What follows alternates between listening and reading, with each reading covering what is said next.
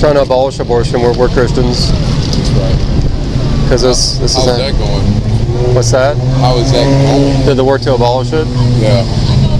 Well, there are several states that are putting bills before the legislature to criminalize abortion as murder, and Wisconsin, I don't think there's a bill here yet to do that, but through the legislature and through just putting the sufferings of the murdered preborn out in the streets, out at events where people are, right, which showing, is smart. Which, I mean, Wisconsin and Milwaukee, they've had that for decades now, and the problem is there's still 2 abortion mills in Milwaukee, and so the city and the state they have not repented yet. They haven't turned away. So let me ask you a question as far as like situations with a woman's life on the line or a rape victim, things like that. How do you kind of gauge that situation, for lack of a better term? Well, in the case of rape or incest, the mother who's been the victim of a rape, she should love her child. She should not victimize her child because she's been victimized. Like people who want to push her to. No, I get that part, but what about if a woman's that part? And it makes sense because I agree with that. Okay. But what about medical situation where a woman's life is on the line? Do you feel that in that situation that abortion should take place? No, sir. Both lives should be shown equal protection. Like if I'm a doctor, any doctor who has taken the oath to preserve life and to help people, when they have a pregnant mother whose life, although this is extremely rare, whose life may be in danger, he should act like he has 2 patients, the mother and her child. Right. If he acts any other way, then he's violating his oath and he should not be a doctor. Okay. So he should step down. In the interest of both patients. Yeah. And you know for certain that if they continue with the pregnancy that they'll both pass. Do you feel in that? Are there any situations where you feel that it might? Because I guess that's probably the wall that I'm sure your campaign runs into is this idea of under extreme medical circumstances, who do we save, the baby or the child? Do we show preference to either party or at that point? And I know that that's a tough and difficult situation to overcome. Well, I know that there have been surgeons such as, I don't know if this answers your question, but like the former Attorney General of the United States, C.Everett Koop, he said in 36 years of pediatric surgery, he never saw one case where the child had to be murdered in order to save them.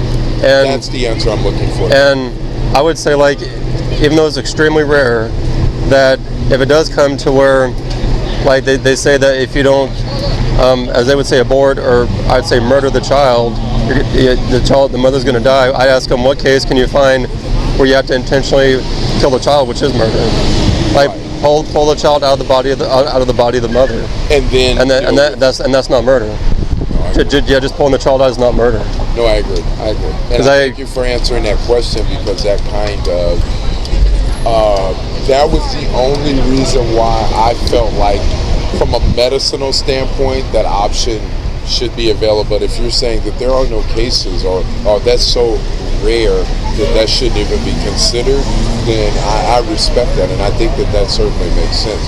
And I'm certainly on board because, a friend of mine, we spoke about it years ago, and her opinion was that abortion is double murder or even triple murder, because it's not only the life, but the potential of what that life could have possibly done. Maybe that was your next person on the planet in the personification of Christ. And maybe there's Christ in that womb. You never know what that individual's capability and what God has planned for them. So I thank you for answering that question. I think it makes sense because I'm not a doctor, so I don't know if there were situations like that. And I trust if you say that is so rare that that's not, a worthy excuse or explanation. I'm in agreement with that. Well, that's what my research has shown, because I've been researching this for a decade, and what I've seen is that it is so rare that it's almost unheard of. It happens, but it's extremely rare. And I mean, even much more rare than when a child is raped, and a mother is raped, and her child is conceived through that rape. But the problem ultimately comes down to, we want to play God. And if a girl is raped or a woman is raped, or if a mother's life is at stake, although doctors are wrong on this, and doctors, they often recommend abortion because they want to save their skin, and they should be ashamed of themselves when they do that. And I think most cases of abortion is purely population control. It is. People trying to, and it happens even outside of abortions when you're dealing with vaccination. That's a form of science of eugenics, population. They want to control things. It also reminds me of something when you talk about how there's ever any cases where you need to kill the child to save the mother. It reminds me of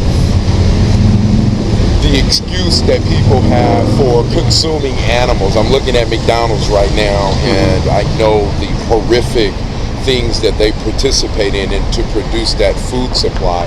And so a lot of people who are against not consuming all the animals feel that, those that are against it, they say we need that because it's a source of protein.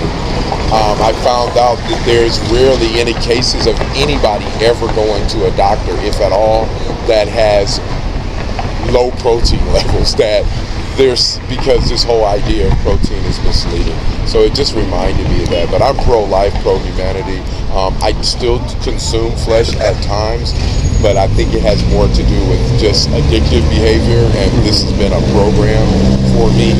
But I totally agree with what you guys' objectives are, and after you answering my questions, now where I was on the fence for the life of a mother,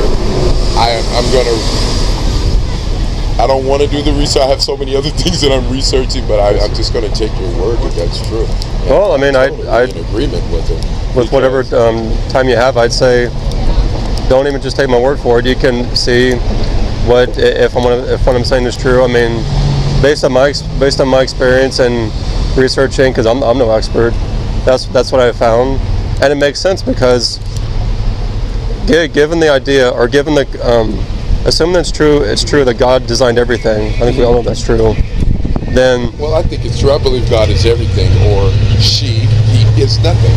So the whole idea of a big man in the sky and everything is this whole male-dominated spectrum is a falsehood when it comes to spirituality in general, but religion in particular. And I think that the Bible makes that very clear in Proverbs about the feminine aspect of God's character, and as a result of that literally being removed from religion, this is why women are objectified and mistreated and in a lot of cases even dehumanized, like in Muslim countries where they don't even have the rights, they're more of the property of their husband.